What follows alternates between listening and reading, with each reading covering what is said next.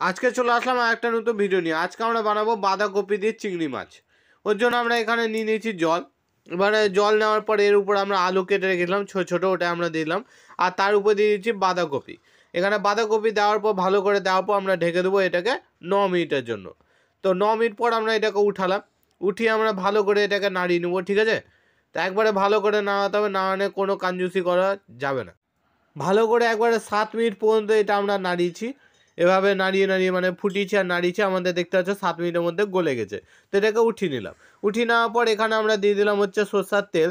সরষার তেল দেওয়ার পর এখানে চিংড়ি মাছ নিয়ে নিয়েছি, তার উপর দিলাম আমরা লবণ আর দিয়ে দেবো আমরা হলুদ। হলুদ দিয়ে ভালো করে এটাকে মাখিয়ে নেবো। ততক্ষণ আমাদের তেল গরম হয়ে গেছে। আমরা এবার তেল গরম তেলে আমরা এটাকে আস্তে করে ঢেলে দেবো। ঢেলে দিয়ে ভালো করে এটাকে ভেজে নেবো, এদিক ওদিক যেদিক সেদিক দিয়ে। 5 মিনিটের মধ্যে আমাদের লাল লাল হয়ে যাবে, আমরা উঠিয়ে নেবো। 5 মিনিটের মধ্যে উঠিয়ে নেওয়ার পর আমরা এখানে দিলাম আবার সরষার তেল, কারণ সরষার তেল শেষ হয়ে গেল। তো এখানে দিলাম কালো জিরা।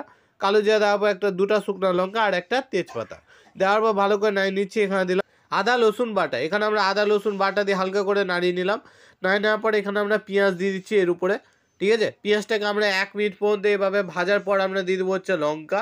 এখানে লঙ্কা দেওয়ার পর ভালো করে এটাকে ভেজে যাবো। ভেজে যাওয়ার পর আমরা টমেটো দিয়ে দিলাম। টমেটো দেওয়ার পর এখানে দিলাম লবণ। লবণ দেওয়ার পর আমরা দিয়ে দেবো হলুদ।